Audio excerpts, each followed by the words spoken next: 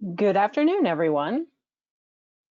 I'll begin by introducing myself. I am Diane Frendak, the Director of Membership Services at the American Astronomical Society, and I'd like to kindly welcome you to today's webinar, Negotiation Strategies and Tactics for Career Advancement and Beyond. Before I introduce our speaker, I'd like to review the usual webinar items.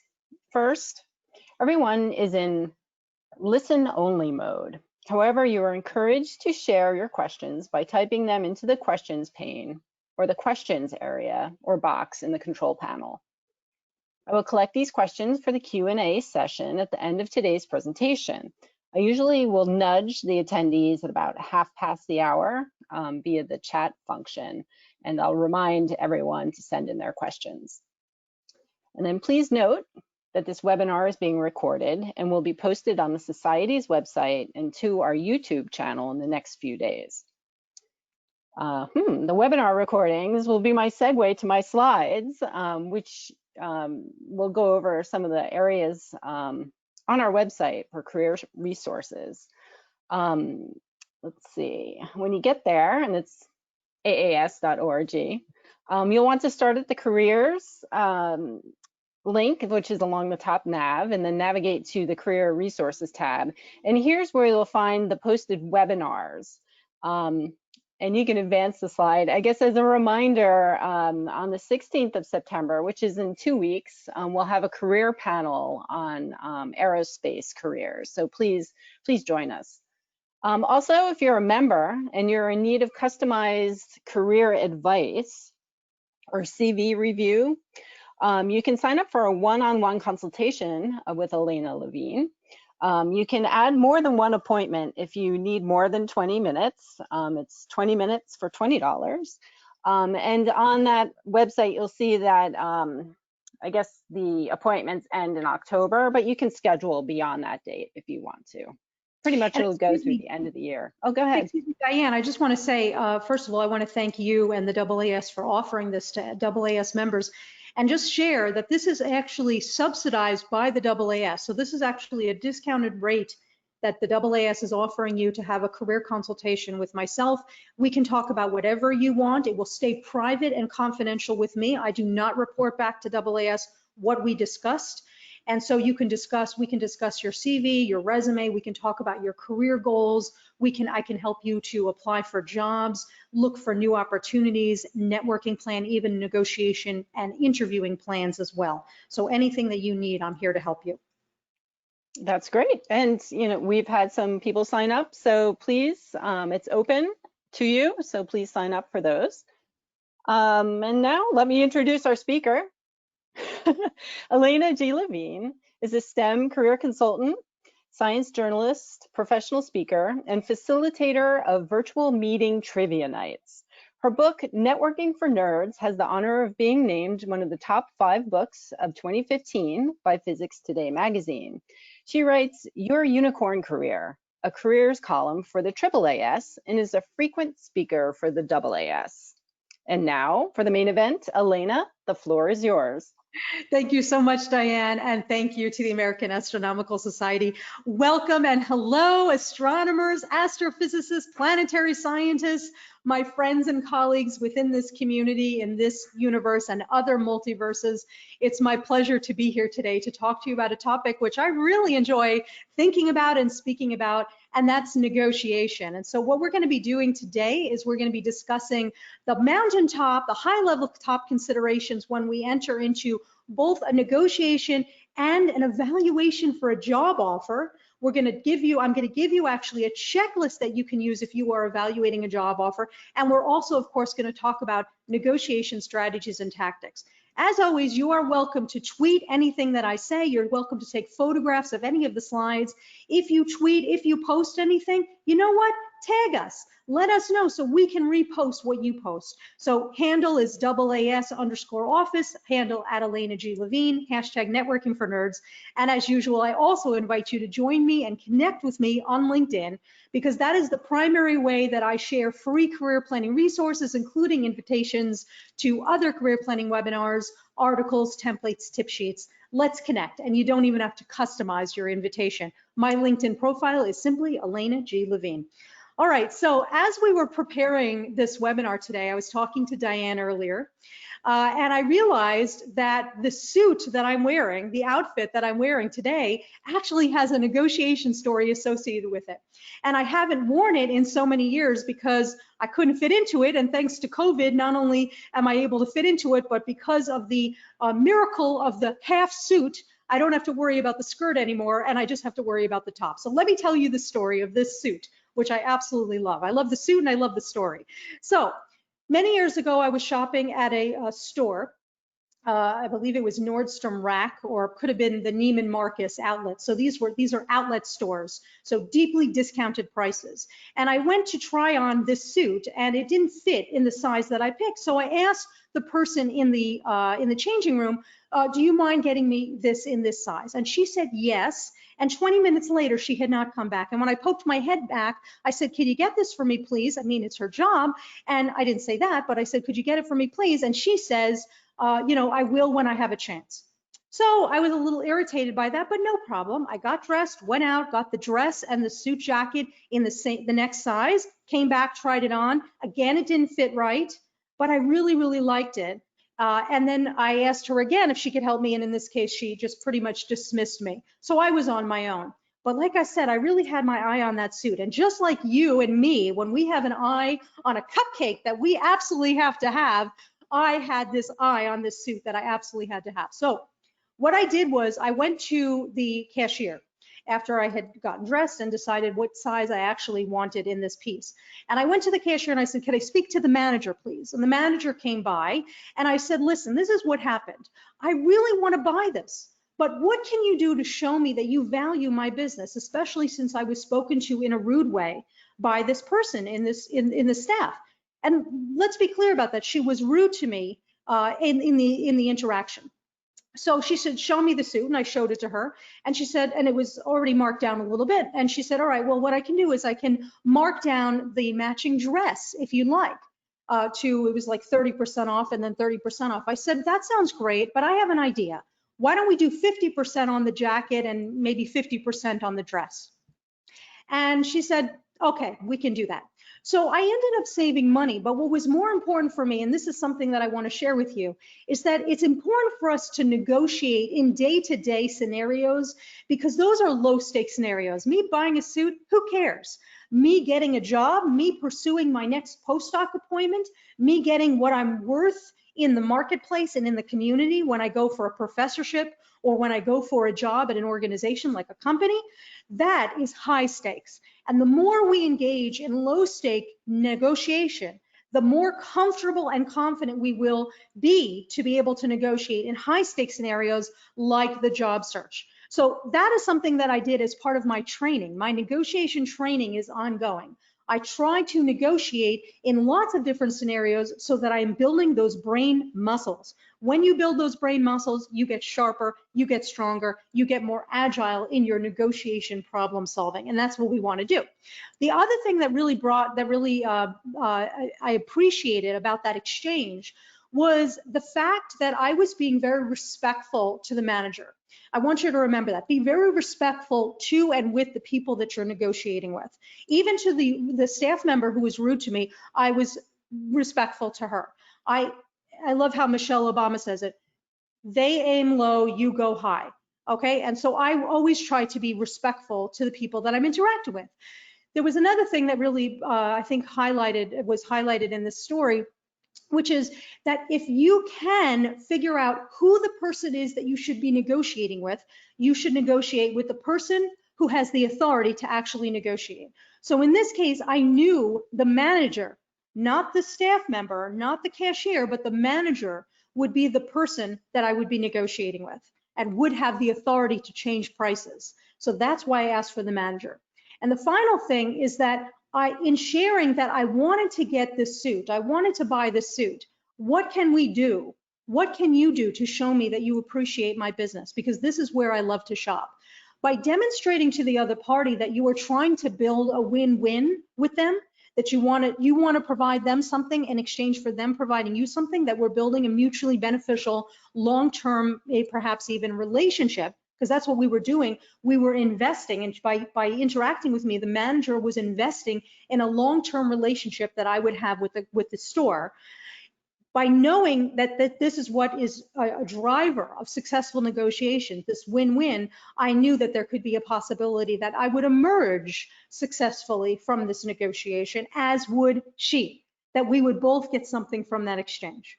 So I wanted to just share the story with you. Of course, it's a little bit different when we are negotiating for job search issues and for salaries and promotions and things like that, especially in the middle of the pandemic.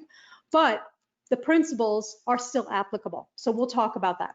So let's talk a little bit about the mountaintop considerations when we're thinking about evaluating a job decision, a job offer, an opportunity that we are presented with. And this goes for whether it's a fellowship, it could be a postdoc appointment, it could be a permanent position, it could be an internship, it could be that promotion, like I said. So what I have found is that every evaluation choice is personal and customized. I will never tell you that you should do this. I will never tell you that you should ask for this or choose this job over that job, or decide to move to this country or this city or this institution, or pivot into another field altogether. It's your choice. You're in the power position, right? So I want to make sure that you are empowered and understand the power that you have in this process. After all, it is your life, so you get to decide. But when we are negotiating and when we are deciding about opportunities for ourselves, we won't have every piece of information. But what we can do, and this is another interesting aspect of the story I just told you, is the more we know about the culture that we are interacting in and with, the culture of the organization, the culture of the community, the culture of the geographic location, the better we can make informed decisions in how we negotiate and how we decide to pursue a job offer. With that story that I told you, I knew that one of the high-level guiding principles of that store is customer service. I knew from history, I knew that people have bought things from that store and returned them years later. And the store is willing to take those returns because they are investing in the long-term customer relationship. So I already knew that me going and asking the manager for this change in price was commiserate with the culture of that ecosystem. And so when we're negotiating, we have to make sure that we understand the culture in which we are negotiating. And of course, during the pandemic, in the middle of these economic crises and these other types of crises that we are dealing with right now, we have to understand that the culture is actually dynamic. The culture itself, well, admittedly, the culture itself is always dynamic, but in particular with the pandemic and the related economic issues, we're seeing that the culture in which we are negotiating and evaluating job offers is often changing in real time. It's changing moment to moment, day to day. So that is something we have to consider as well. As much as we want to research and learn about the culture in which we want to work and negotiate in, we have to recognize that it is a dynamic system. In fact, it's a complex system. But you will have choice and power in this process and in your progress if you are honest with yourself. If you have identified for yourself what your needs and your wants are, what your non-negotiables are, what you need to be successful in this position. And the way to figure this out is not only to do a self-assessment about your own skills and your own values and priorities, which are extremely important to make sure there's an alignment between your own priorities and values and that of the organization and team you're going to be working with, but you also want to be sure that you can see what it is that you could potentially do with this organization. And so the more research that we do about ourselves and about the community through networking, so we're doing two types of data collection. You've heard me talk about this. One type of data collection is the intrinsic data about ourselves. That's the non-negotiables, that's the values and priorities, that's the needs and wants list. The other type of data collection that we're doing is about the ecosystem, that's extrinsic. We get that from reading, we get that from talking to people, from networking. So the more information you have from both sources is going to help you be honest with yourself, because you'll know how you are going to move forward in this system. So by doing as much research as you possibly can, you're actually giving yourself a competitive advantage, and more importantly, you're giving yourself a personal advantage in the negotiation and the evaluation of the job offer process. What I have found is that evaluation, and indeed negotiation, is often in the form of a cost-benefit analysis. So here's what we need to think about when we're thinking about cost benefits. We need to make a list of what are the benefits that I'm going to get out of this opportunity, and then what is it going to cost me? And I will tell you about the costs in a moment, but let's talk about benefits. So as I'm thinking about a job offer, I want to think about, admittedly, what am I actually going to gain from this experience? What is the value that's going to be delivered to me? So in a job offer scenario or a promotion, one of the top considerations, of course, is compensation, but there could also be considerations of that I could be getting career advancement out of it. I might be able to learn new skills or use skills that I enjoy using. So identifying for yourself when you're doing that intrinsic data collection, what it is that you want to do, what it is that you love to do. That love part is so, so important. So using the skills, knowing what skills that you enjoy using, and a benefit of this particular job offer, of this particular organization, would be that I would be able to use the skills that I enjoy and solve the problems that I enjoy solving. I may have access, new access to networks, to new skills, to new leaders. I might be getting a special credential, which could mean that I'm getting currency for advancement. Perhaps this job will allow me the opportunity to pursue professional development and get a, for example, a certificate in project management, which could lead to higher positions in the future. The other type of benefit that we might be getting from an opportunity that I really highly encourage you to consider is what it will be my work-life balance. Will there be a solution to the two-body problem, right? We all know the two-body problem. It's when you have a couple who are typically highly educated or specifically educated. They're trying to find jobs in the same community so they can live together. And so that is a very challenging problem to solve, particularly in academia, particularly in science, and especially in astronomy and the related fields. So will this job, will that be a benefit that I will get out of this job? That I will be able to solve that problem, that I'm able to negotiate for my partner to be able to have him or her have an opportunity at the same organization or in the same city? Will I get work-life balance that will allow me to pursue hobbies and have time with my family? Or like me, I live in Tucson, Arizona, in the desert, have time with my cactus. So the things that we want to be thinking about in terms of our priorities, right, which are work-life balance or having time with our partner, our spouse, is an important thing that I want you to be thinking about as well as you negotiate and as you evaluate a job offer. The reason why we think about these benefits is because, quite frankly, some of these benefits, and we've seen this a lot, particularly in the pandemic with COVID, is that some of these priorities may not have been magnified for you before. For example, what I have found in COVID, like many of us, is that my workload has exploded. And I have lots more of emails that I have to respond to than I ever had before, probably because, you know, we used to have that in-person casual conversation in the hall or at conferences. We don't have that. So I get a lot of emails from saying, did you get this? Do you know about this? What do you think about this? Things that we normally would be discussing in person or even on the phone. So what I've noticed is that in this explosion of interaction and work that I'm engaged in, what I'm trying to do is set priorities for myself, time priorities where I know that on this day, this is when I'm going to do my long run, for example. I'm a runner. So I know every Sunday morning I'm not scheduling any meetings because that is when I'm doing my run. I am scheduling an exercise class on Thursday afternoons.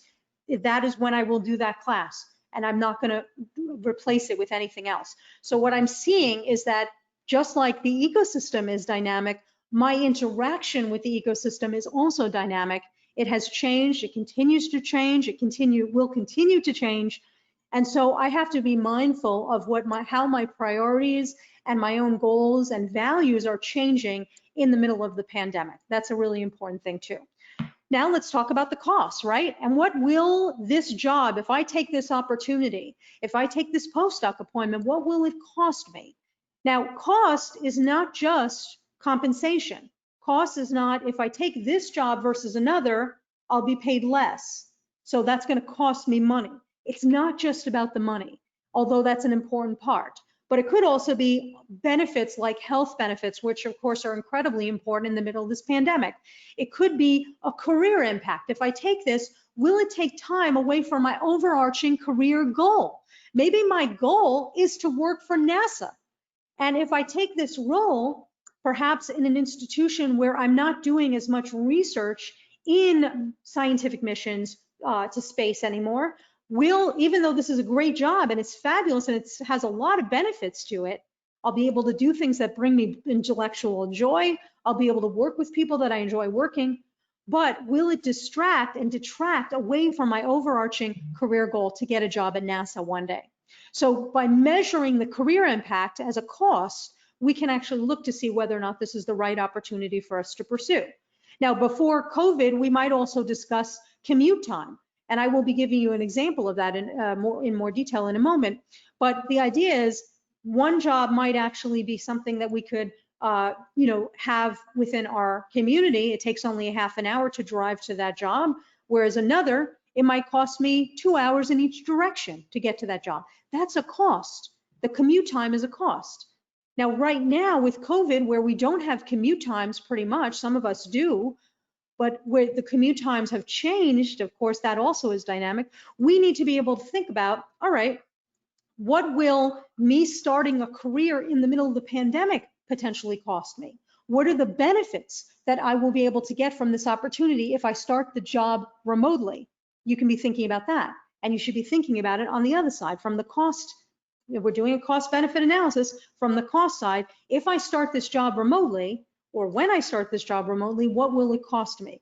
So it may cost me time to get up to speed. It may cost me opportunities to, of course, do in-person networking. There might be other costs that are important to me. But of course, with COVID, we can't actually say, well, I have multiple job offers. Many of us do not have that luxury. And we also can't say, oh, if I do have multiple job offers, well, this job doesn't have an issue with remote, but this one does. So not every job is going to have that cost associated with working with remote, but not every job is going to have a benefit associated with working remotely as well. I'll talk more about that soon. But other types of costs that might be something to consider could include that work-life balance, the ability to work on certain projects, non-access to the things that you absolutely love to do, and perhaps it would cost you your own emotional well-being because you would be going against your values, you'd be going against your mission. So don't discount your emotional, your physical, your mental health. That should be benefiting from the job offer, from the negotiation. It should not be a cost. But if you see that it's going to cost you your mental health, your emotional health, for example, let's say I have an opportunity to work as a postdoc in Dr. X's lab, and Dr. X is extremely prolific. He has lots and lots of papers. He's got millions and millions of dollars in grants. He's got a very large research group. He's extremely well connected. Maybe he's even in line, perhaps, whispered to potentially get the Nobel Prize. So this is somebody who I'm thinking, wow, if I do a postdoc with him, my career could be set because of the nature of academic research. But then I start researching. I start talking to people who are in his research group. I start talking to alumni of his research group, and I find out that he is very, very mean. He yells at people. He has tantrums in the lab. He doesn't really lead effectively. And so all of these different types of stimuli are going to impact my mental and physical and emotional well-being. So yeah, the benefit would be that my name would be tied to this potential Nobel laureate, but my mental health would disintegrate. To me, and I know to you as well, that's not a cost I'm willing to pay.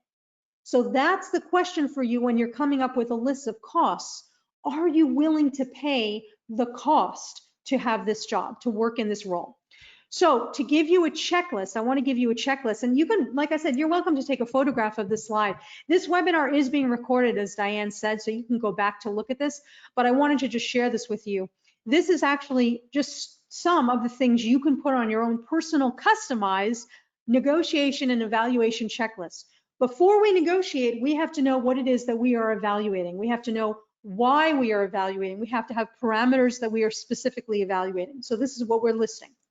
So certainly as I start to come up with my checklist, and let me show you this next slide here for a moment. So this is actually a screenshot from one of my career consulting clients. And I asked her permission to show this. Of course, I'm anonymizing her and her information. So she actually made this checklist as she was evaluating multiple job offers. This was pre-pandemic, just to be clear. So she listed out the first job in the middle column there, and she listed out the second job in the last column there. And then she went through each of these different parameters and compared costs and benefits with each one of these pieces, each one of these items in the evaluation checklist. So she looked at what the individual title and department would be, or in her case, she would be working for a company. So she listed out the product line and the team and the division. She listed out what the deliverables for each opportunity would be, what was expected of her and when. The compensation package, which includes the base salary and the benefits, the hard and the soft benefits. She listed out any bonuses that she might have been getting or any other type of money concerns. She listed out even vacation hours and health insurance and retirement plans such as a 401k. She listed out her commute time. She listed out what transportation she would need to get to those positions. She lives in New York City, and so having one of those jobs was in the city, so she'd be able to take subways and buses, but another position was in the suburbs outside the city.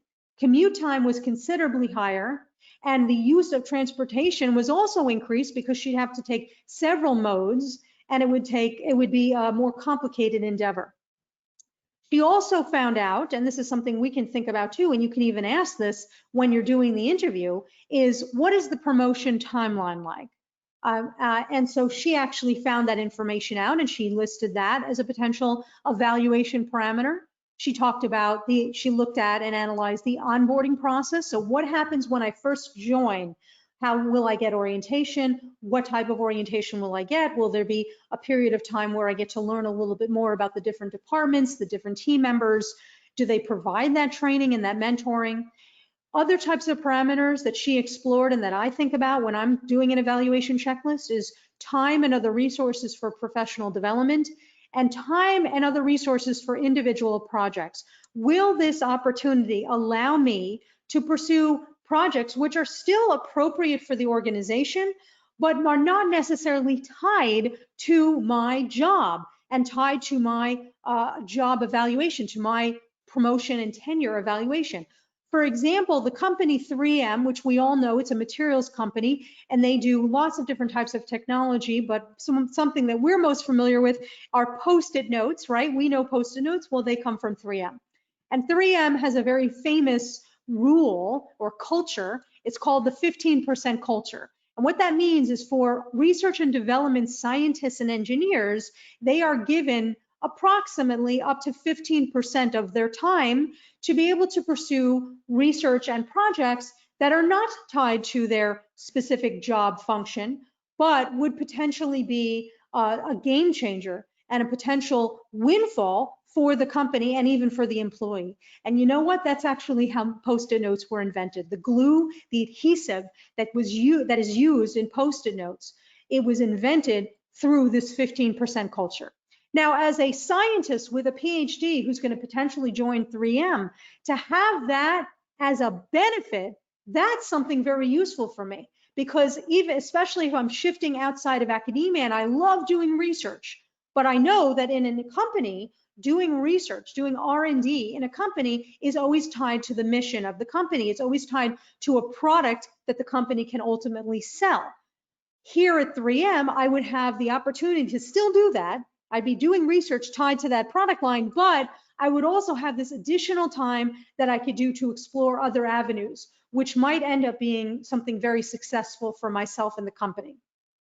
That is a benefit, in my opinion. So to have that that time and also the resources to be able to pursue those individual projects, I think that's something that we could potentially include in all of our evaluation checklists.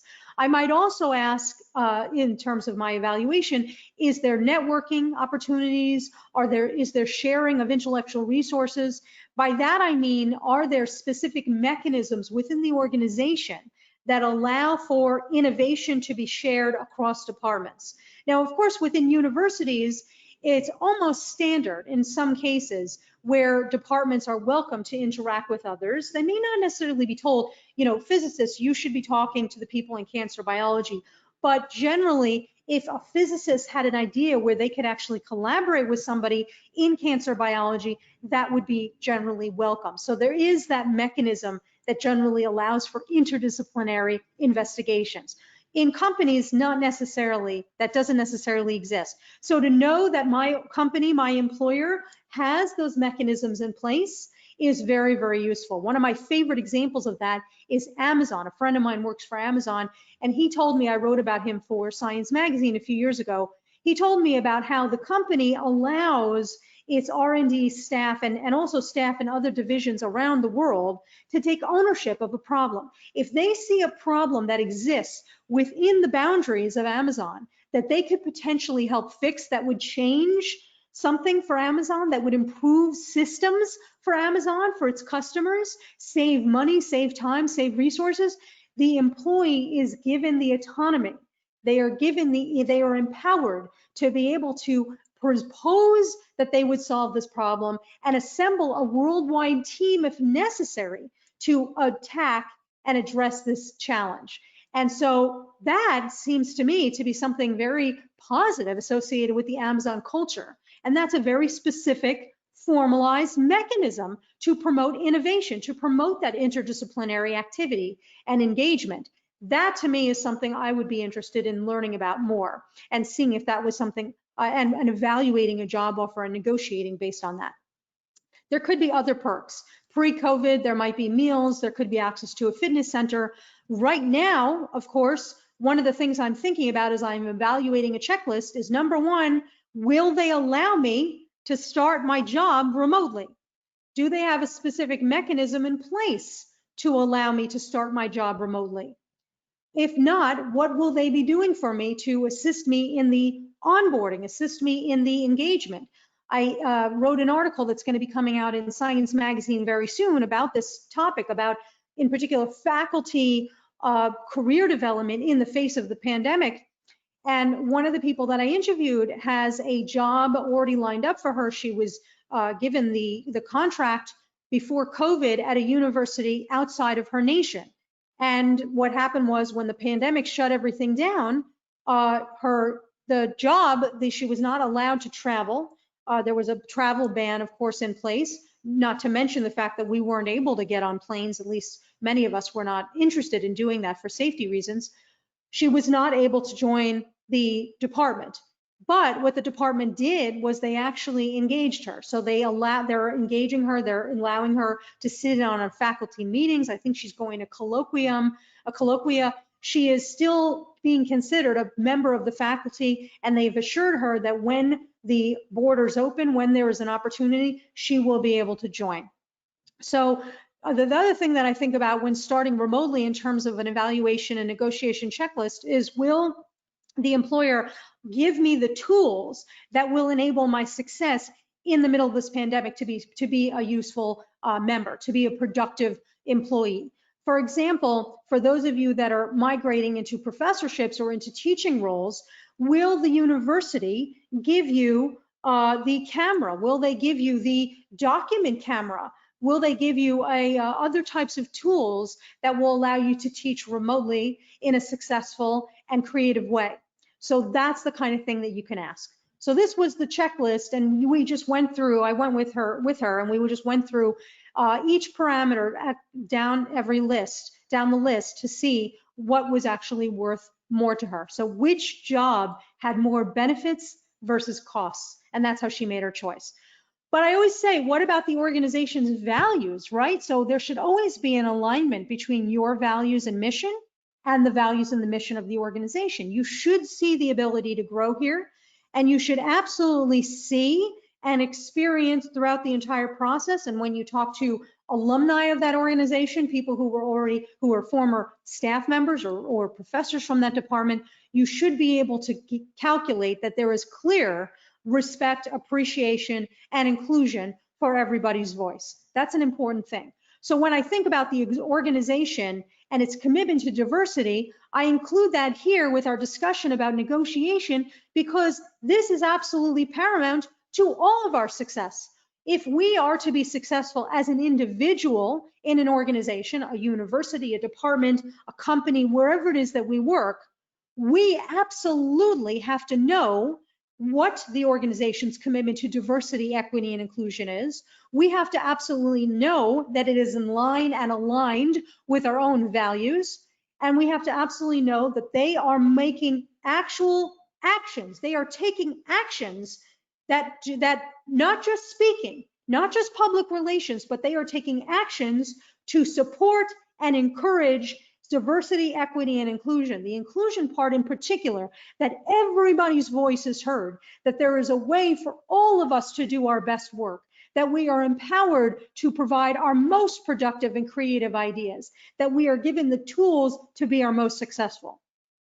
That doesn't happen unless we have an organization that has truly committed verbally and action-wise to diversity, equity, inclusion. So here's a list of questions that you can ask as you're trying to evaluate and even negotiate with an organization. You need to know this. You need to know, is there a noticeably diverse employee base? In other words, do you see people from all different backgrounds as members of the employee base, as well as in the leadership? Do they invest in top-down diversity, inclusion, and equity initiatives? It's not enough for the employees to do grassroots. That's great. If it's supported from the top, that's great, but that's not enough. There has to be top-down. It has to be that the leadership says to the employees, we will be investing in this. We will be furthering this. We will be doing X, Y, and Z to expand and advance our diversity, equity, and inclusion commitment and platforms. So I'm also going to be looking to see, do they have a top-down sponsored employee resource group? So you may have heard of ERGs, employee resource groups. You find them a lot within universities and also within large companies. For example, standard employee resource groups that we would see in companies that truly do support diversity, equity, and inclusion would be employee resource groups that are devoted to, for example, the LGBTQIA+ and ally community, African American scientists and engineers and leaders, Hispanic scientists and engineers and leaders, Asian Pacific scientists and leaders, those who are differently abled, people who are military, people who are veterans. So these are common ERGs. What I'm looking for when I evaluate a job offer is I'm looking to see, do they have ERGs, and are they getting resources from the top down, or is it just grassroots? I want to see, do they have diversity action networks, and do they have that diverse executive base? So those are the basic questions that I'm going to be asking, but there's always red flags and major red flags that we have to be aware of when we're looking at evaluating and negotiating a job offer. Am I seeing people flee quickly? When I look at LinkedIn profiles of former employees, do I see that they only lasted 2 months, 3 months, 6 months, and then went to somewhere else? Do I see that nobody wants to share nice information? If I talk to somebody and I ask them, what was it like working there? What's the best part of working for Dr. X or being in this department in this university? And nobody wants to say anything positive, that could be a red flag. Admittedly, when we had before the pandemic the opportunity to visit locations for on-site interviews, if we saw people being very scared looking or literally crying in the corner, that's a major red flag. And for postdoc appointments, I want you to be thinking about, these are huge red flags. If you're joining a lab, if you're joining a research group, the goal of you being a postdoc is to develop have a training experience where you can take your career in research to the next step. That means that you have to be given resources, authority, and autonomy to develop and lead your own research program. It also means that you have to complete and produce the metrics that are associated with the success of this community, which means you need to be producing publications, you need to be presenting, you need to be getting grants, and you need to be demonstrating that you're mentoring people. Well, you know what? If you join a research group and you see that in that team, there have been no publications, no presentations, no mentoring, no grants, the people who are leaving that lab, who are graduating either as grad students onward and postdocs onward, they are not getting jobs in research. You know what? That's an OMG moment. That could be a potential huge, huge red flag. So there are sources that we can pursue for extra information to gather that extrinsic data, and that includes your network, as well as I hinted at, LinkedIn profiles of former employees, looking to see where they went next and where they went in their career in general, how long they stayed with this organization, and how they describe their experience. So we've looked at the evaluation. Now I want to talk to you a little bit more, do a deeper dive into the negotiation. So negotiation is never a one-time deal. It's always a series of activities. It's a series of engagements in which we are, I just said Siri and my phone turned on. It's a series. It's a cascade of multiple win-win engagements where we're both providing value to each other. It's not about me seizing the upper hand. It's the same thing that I told you about the suit. I wasn't trying to seize the upper hand. I was trying to see if there was a way that we could work together. Work together. That's always my phrase. I use that when I'm negotiating in retail, and I use that when I'm negotiating in my jobs. But a myth is that if you do negotiation right, if you are a master at it, you will absolutely get what you want and need. And if you negotiate well, they will give you what you are worth. And the reality is that there are so many factors that go into negotiation that we do not have any control of, including how that other person is feeling, including the economic health of that community, that department, that university, that institution.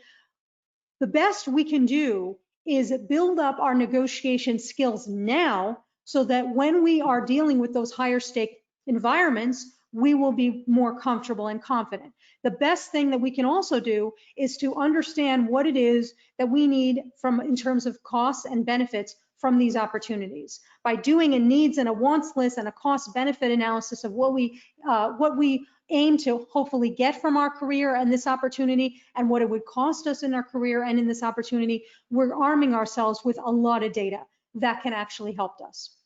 A lot of people also think erroneously that if you negotiate, they will rescind the offer or get mad. And I've only heard of a rescinding of an offer once on the internet in academia. And this was only, and I don't even know if this story was true, but it was a person was offered a professorship. She wrote about it in an article that was published. So she was offered a professorship. And then when she got the offer, she emailed the search committee back and she said, thank you so much for this kind offer. I am very excited to join your department. I wanted to ask you about a few things. And what she asked for were very reasonable requests for somebody who's joining a department as a professor. I think she asked for maybe a little bit of a later start date. She asked for one less class the first semester that she would be teaching. She might have asked for a bump in salary based on what she knew she was worth. But she wasn't saying, you know, I want a gold-plated office. I want $75 million in grant funds. I want to make sure that all of my students have a gold-plated office. In other words, she wasn't going nutso bananas in terms of what she was asking. And she was being very respectful and polite, especially given the social norms of the culture in which she was negotiating in. Well, the story goes, the search committee head came back and said, you know what, as a result of your email, we can see that you're not the right fit for this opportunity, and we're rescinding the offer. And like I said, honestly, that's the only time I've ever heard that happen. So what you can do is remember that that's a myth, that if they rescind the offer, that they're going to rescind the offer or they're going to get mad at you for negotiating. What happens is that most people expect you to negotiate. They expect it. And so they're waiting to see what your offer is going to, what your response to their offer is going to be. So I don't want you to hesitate to negotiate because you think that they would get mad. And you know what? My feeling when I did read that story, whether it's true or not, if that actually happened, if I received a job offer and respectfully said, well, what, can we do this? Are there opportunities? And you'll hear the verbiage that I personally use. I often say, Is there flexibility in your budget? What type of flexibility do you have in the start date? Those are the types of questions I'm going to ask, because I want to demonstrate that I am clear about the fact that we are negotiating, and I'm clear about the fact that there may be other issues that are driving their decision based on their offer. So what I found is that if somebody does actually get mad at you and say, how dare you, negotiate with us, don't you know who we are? That is fantastic for you, because that is not going to be a healthy place for you to be emotionally, mentally, and perhaps even physically, and career-wise as well. So this is now something that you have identified. They are not the place where you would be able to be successful, where you would thrive as a scientist, as a professional, and they've just revealed their true nature to you in the middle of this negotiation. And I mention that to you because, number one, if they reveal that, this is great information for you to have, and you dodged a bullet. You dodged investing, moving your life across the planet into it with a place that may not be the right place for you. But the second thing I want you to be thinking about is you have every right to stand up for yourself. You have every single right. And if somebody is treating you disrespectfully like that in the middle of the negotiation, guess what? Most likely, they're going to continue treating you disrespectfully the entire time you're employed by them. The other myth that a lot of people think about negotiation is that I don't want to negotiate, particularly my first job, because I am just blessed and lucky to be there. I remember my very first job, and I'll tell you this, my very first job was with the University of Arizona Physics Department. And I had already researched what that salary range was. I already knew. The salary range was $25,000 to something like $35,000. So when the person who ended up hiring me came in to me at that moment to offer me the position, he told me that that my salary was going to be, get this, $25,500. So it wasn't the lowest, it was $25,500. And so at that moment, I was thinking, wow, this is so exciting. He gave me a bump in salary to start, and I'm just so excited and blessed to be here. I'm graduating now, or I just graduated from the University of Arizona. This is a really great job offer. I'm not going to ask for any more. And I didn't. And you know what? Your first salary determines every other salary that you will have for the rest of your life, at least right now. And I should have negotiated higher. I should have. But I didn't think to, because I felt that I was just so lucky to be here. I was blessed. I didn't want to rock the boat. And I figured he'd come in at a higher number, and that was sufficient for me. I was happy with that. And I feel that if I had done it differently, I probably would have started at a higher salary. And you know, there's been studies about how much money we lose over the lifetimes of our careers. And in some cases, it gets into hundreds and hundreds and hundreds of thousands of dollars, if not into $1 million or more, that we are losing from not negotiating, because we think that I'm just so excited. I didn't get another job offer, so I'm just blessed to get this job offer because I didn't get any others, so I'm not going to negotiate. We're not going to do that. So when negotiating, as I said, we're negotiating every day. You negotiate with your kids to put their shoes on and do remote learning. You negotiate with your spouse as to who's going to cook and who's going to paint the house. You negotiate with your team. You negotiate for extra foam on your latte at Starbucks. We're going to practice in these low stake scenarios, always aiming for a win-win, right? There has to be an exchange of value. But what's interesting to me is that not everyone finds an equivalency between the value that is exchanged. So what we have to do is we have to be able to identify. Though, just for example, for me, I like to go to movies to Star Trek movies when they opened, right before the pandemic. And I would pay extra money for a ticket on the opening night. I would pay costs in terms of waiting in line. I would pay costs in terms of being smashed into a crowded theater and other types of costs. That was worth it to me. That was a value to me. It was a valuable exchange. But another person who's not a Star Trek fan would not necessarily believe that that was a valuable exchange. So we have to remember that. So it's a process, and it involves us knowing what our needs, our wants, and our limits are. Flexibility is going to play a role. We want to be flexible because we have to be mindful of the issues that they're dealing with, but we have to be professional and respectful. But every negotiation is going to build on the previous. So when we are negotiating, we're trying to make a valuable exchange of different things for different things, different resources. So when you're hiring me, we're negotiating that you're going to give me money in exchange for a service. But there are other types of negotiations where we negotiate money in terms of for a product, product for information, information for money. And of course, one of my favorite underthought resource that we don't often think about that we are spending is time. In fact, you're spending time right now. And I hope that in exchange, I am giving something of value to you, a service and information. So our negotiation strategy across the board is going to be do not hesitate to negotiate for the most part. Now, in various nations around the world, everyone negotiates a little bit differently.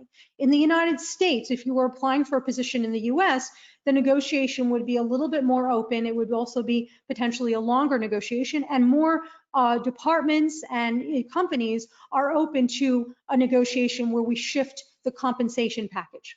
But I was counseling a researcher who was coming from a different part of the world and was looking to get a job in the Netherlands. And they were offered a job at a university in the Netherlands, and they started to negotiate, and they said, we're not negotiating. This is the price, this is the number. Of course, when we're going for a postdoc appointment, we can't necessarily negotiate for the salary. That's often set, particularly with the fancy fellowships, as we know, right, Doc G? And so I need to be able to think about what other types of things I could be negotiating for. So I'm going to talk to you about that in a moment. But what we should do is recognize non-negotiable situations. I've seen this a lot in COVID. As a speaker, as many of you have been hearing from me, I've been negotiating and trying to book webinars, right? Because all my in-person gigs were canceled once the pandemic and quarantine set in. And so I've been reaching out to a lot of my colleagues to talk to them about how I might be able to help them presenting webinars. And in various cases, they've talked to me and they've said, all right, well, you know, we can pay you this, we can pay you that, we wouldn't be able to do this. And I can see that in the middle of COVID in particular, it's not going to be helpful for me to actually be able to negotiate for extra money in this particular scenario, or to negotiate for extra benefits that I might be able to get, because I'm understanding that this system in which we're operating, because it's so dynamic and so special, I use that word carefully, that there are non-negotiables here because everybody is struggling.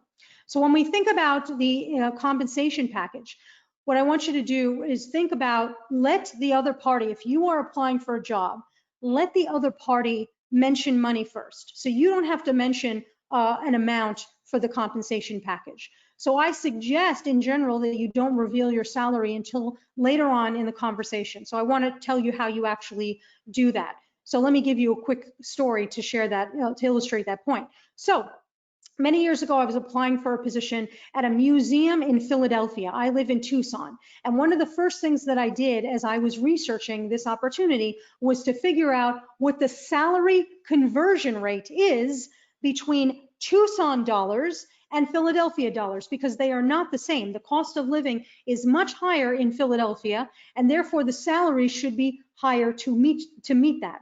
So I already knew what the conversion was, and this is actually an example. This slide here gives you some of the resources that I have used and I used to do that salary conversion. I needed to know what I was making in Tucson, what it was equivalent to in Philadelphia dollars. The salary conversion calculator is what I used. So that was the first thing. So then as we were setting up the formal job interview, I hadn't even formally interviewed yet. We were discussing how I was going to fly out there to interview for the position. I had already informally interviewed at a conference with the supervisor, and he had arranged for me to talk to the HR person, the human resources person, to discuss how I could potentially join the team. So the first call in the conversation, the first thing she said to me as we were talking was, all right, Elena, what is your expected salary for this role? So action number one, I said, you know, at this point, I'm still trying to gather as much information about the role to make sure that I would be the right fit for me, and gather information about the expectations and the responsibilities. So I'm not ready to give you a number just yet. So that's the first thing you say. But she didn't take that. So she said, but Elena, no, come on, what's your salary expectations?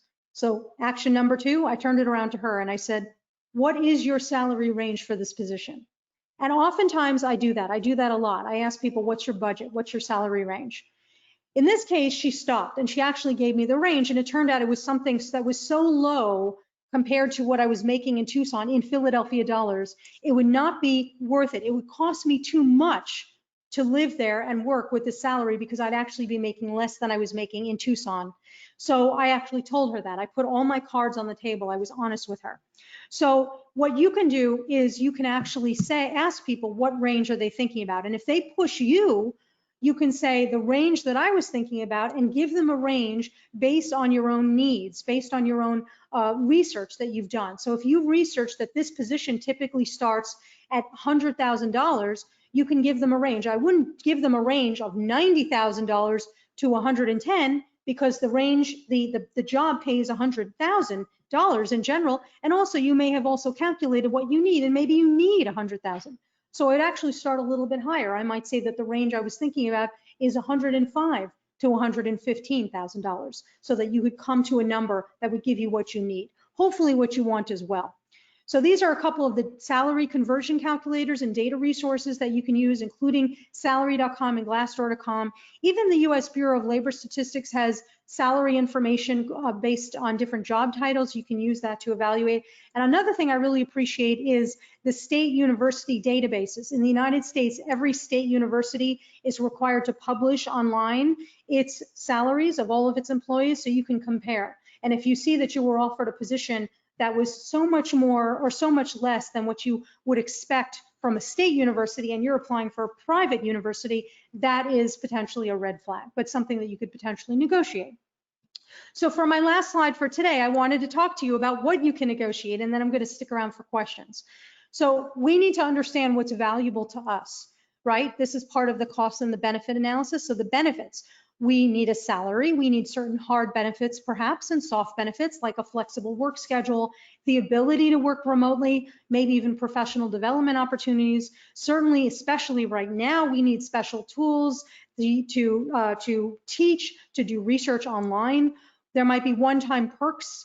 Before the pandemic, there were still organizations that were paying for moving expenses, typically for professorships. They pay for those too.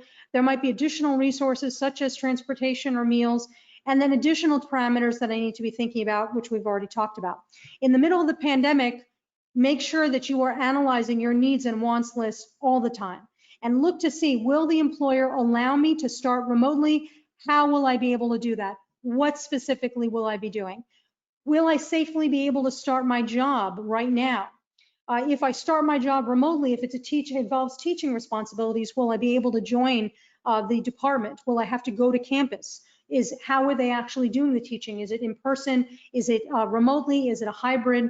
So do the extra research to find out what the economic health is for the community and the organization, and understand the state of the institution. And for example, are they investing in the in-person campus teaching? So the type of language that I use, this will be the last slide, the type of language that I like to use is, I understand your budget is tight, or I understand this is a challenging time. What type of flexibility do you have in your budget?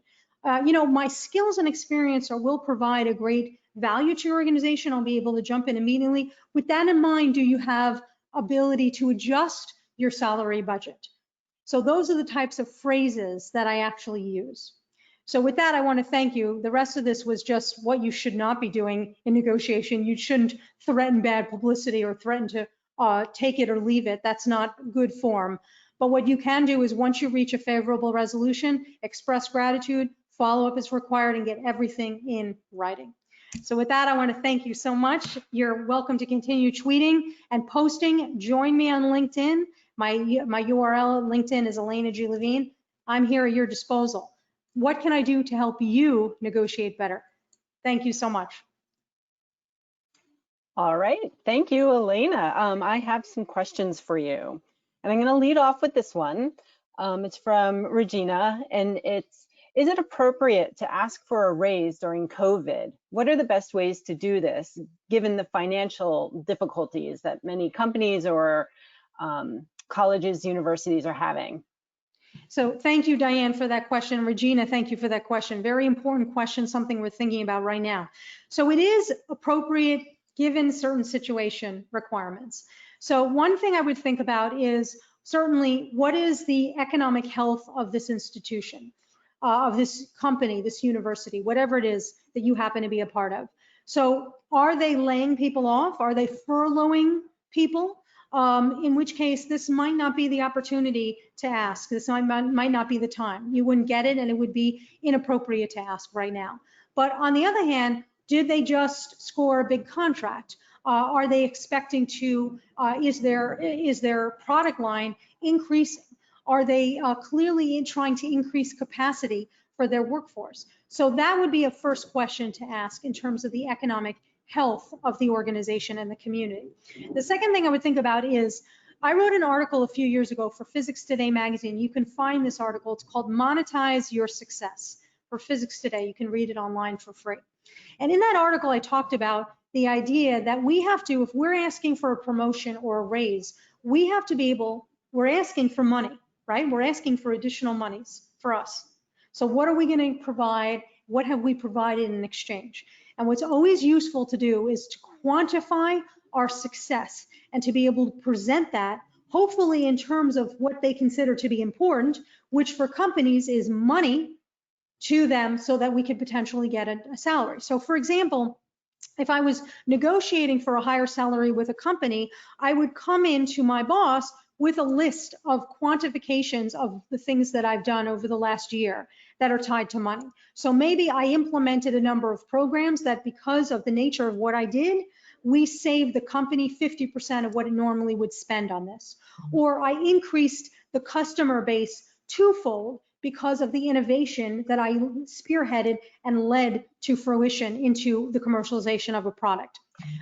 In a university, in a postdoc position or a professorship position, it is tied to money too. Like, did I bring in how much money in grants? But there's other metrics that it's tied to. And so what I would think about is, what is the quantification? I've written 7 papers. I've mentored 30 different graduate students who have gone on to, 90% who've gone on to postdocs in our field. I have given 30 different lectures, including virtual lectures. I've done X of this, I've done Y of that. So I think if you combine those different aspects, you can negotiate potentially for a higher salary in the pandemic, but you have to be able to share what is the amount of money that they're going to invest in you that's extra now. How is that tied to the metrics that they consider to be of success for that organization? So I hope that's helpful. All right, the next question comes from 2 different people, Benjamin and Charlotte, and they ask, do you have any strategies or specific tips for negotiating regarding the 2-body problem? Hey, Charlotte, and what was the name of the other person? Benjamin. Benjamin. Hey, Benjamin. Hey, Charlotte. Thanks for your great question. Yes, the 2-body challenge is very challenging. And yes, there's a couple of things to think about. And there's a resource I want to give you. And if you can't find this, because I don't remember the exact title, but if you can't find this, email me and I'll send you the link for this article. There was an article in Science Magazine that was written by a couple who had successfully negotiated a solution to the 2-body challenge, where they were both hired by the same university. And they presented a cost-benefit analysis of presenting when they both wanted, the fact that they both wanted a job there. They presented the cost and the benefit of writing about it in the very first letter of cover letter that they submitted to apply for the job, the cost benefit of presenting it during the interview, the cost benefit of waiting until the actual job offer came in, and then negotiating. What I have found, particularly in academia, is that if you are interested in joining an organization, there is a cost benefit. It also depends on the nature of the university. It depends on what's happening with the university, particularly with COVID. But what I found is that department heads tend to appreciate, if the search committee was to select you for this job, the department head appreciates that the 2-body problem is a factor, so that they can start researching in advance how they might find resources to bring this other person in. You can be clear, you can bring it up at any point in there. I used to suggest only bringing it up after the job offer was presented, until, admittedly, an astronomy department head of a university told me a story in which somebody brought it up to him privately during the in-person interview and expressed interest in bringing their partner in, and he was happy that he was able to do the research to find out if the resources did exist for this person, should the search committee actually select the person for the job. So my feelings have changed about it, and I think you just have to do your own checks and balances and cost-benefit analysis of when you bring it up. But I think if you bring it up and you say, this isn't a non-negotiable, but I just want to see as I advance in this process if there's a possibility to find resources to have my colleague, my spouse or my partner to join this department or university in the future. And they might say, no, we have no other resources. There's one faculty line and that's it. They might say, well, you know what, maybe we can check into that.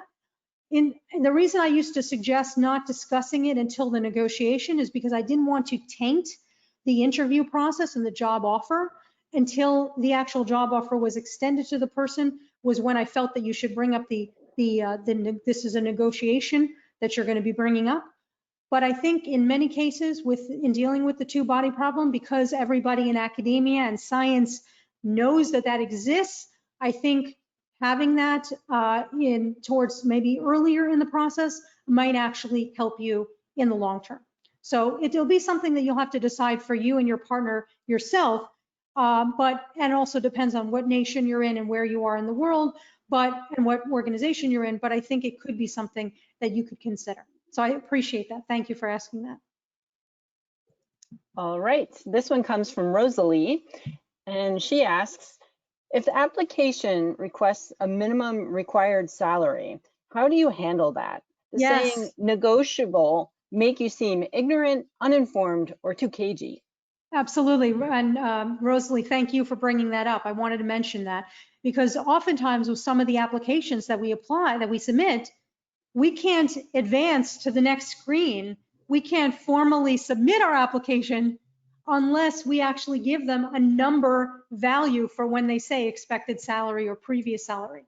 So in this case, you have to be honest. So what I like to do with the expected salary is that I like to give them a number that encompasses not just the base salary, but encompasses the larger compensation package. So I would give them, like if the salary was $100,000 and I've done my research and I've identified that $100,000 is the starting salary, I'm not going to say expected salary 100. I might say expected salary 110 or 115,000.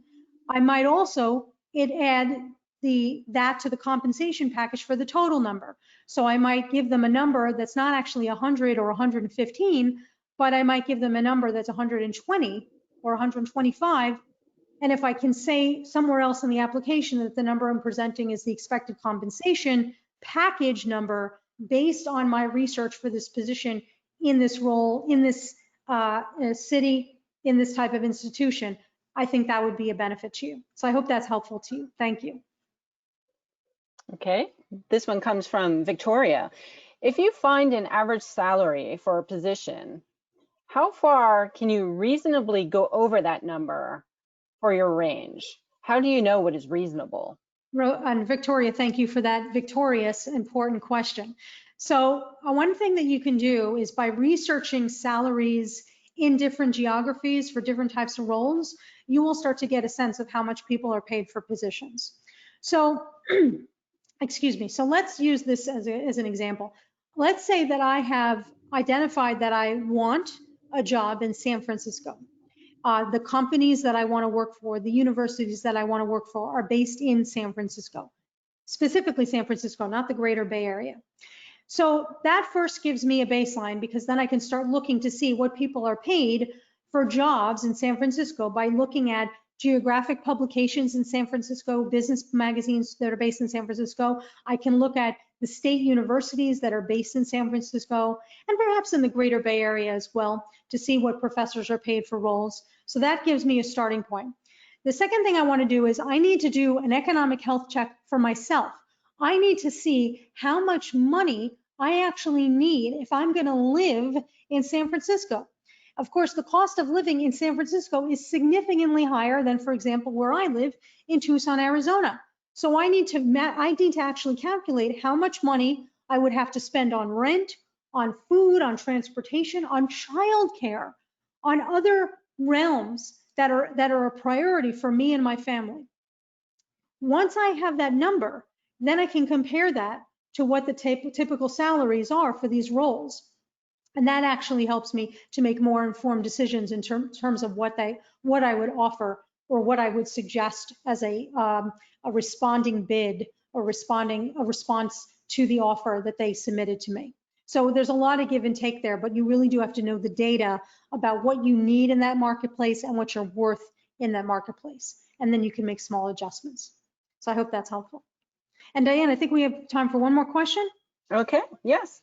Let's see, this is from Paul, and he asks, if the first salary was not negotiated and it was in the low end, what then? How do you get up to speed?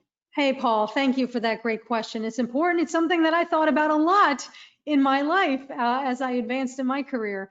So what we can do is we go back to what that position pays, what the position is worth in that particular marketplace in this particular time. And if somebody comes to us with a lowball number based on our previous salary, if they have that, for example, or they just give us a lowball number, what we can do is we can push back politely, respectfully, professionally and say, I was expecting something along the lines of, and you can give them a range. You can say, do you have any flexibility? Because this is based on my research, this role for the type of responsibilities and expectations for this position, this is the range that I was envisioning and what I had come to understand would be appropriate for this role. Could you share with me a little bit about your decision-making process in coming up with this number? So that's another great phrase that you can use here.